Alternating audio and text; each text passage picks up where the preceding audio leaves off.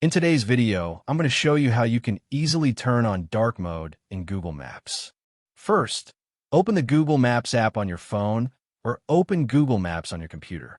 Next, tap your profile picture in the top right corner to open the menu. And once inside, select Settings.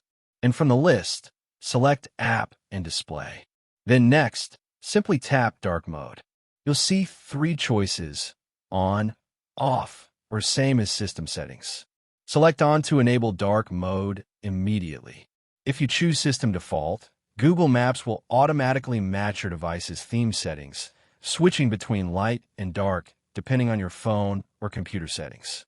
Once selected, the app will instantly apply dark mode for a more comfortable viewing experience, especially at night.